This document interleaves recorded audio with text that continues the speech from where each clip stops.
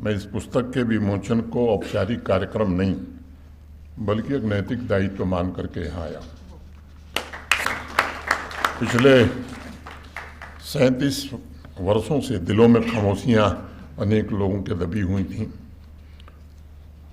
1989-90 में जो कुछ कश्मीरी पंडितों के साथ हुआ उस पर बीच बीच में अनेक किताबें भी आई हैं, कुछ फिल्में बनी हैं। स्वाभाविक रूप से उन सब ने उन खामोशियों को तोड़ने का प्रयास किया है। बहुत से लोगों ने जब कश्मीरी पंडितों के नरसंहार और उनकी पीड़ा को उजागर किया तो एक इकोसिस्टम ऐसा भी था जिस इकोसिस्टम से जुड़े तत्वों ने उसे प्रोपेगेंडा कहने का दुस्साहस किया।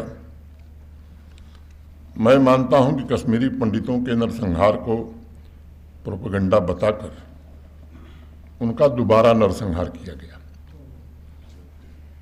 और सच को दबाने की एक वो ऐसी कोशिश थी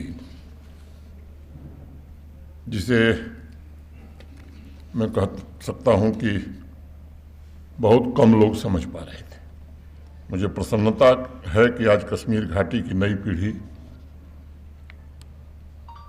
के कई लोग इस सच को स्वीकार कर रहे हैं। उस दृष्टिकोण से देखा जाए तो कौल साहब की किताब केवल एक साहित्यिक रचना नहीं है बल्कि यह उस मौन को तोड़ने का एक सार्थक प्रयास है जो दशकों से हमारी सामूहिक चेतना पर छाया हुआ था। कौल साहब ने अपनी किताब को कहानी का स्वरूप अवश्य दिया है, लेकिन पढ़ने के बाद लगता है कि वास्तव में यह हकीकत भी है।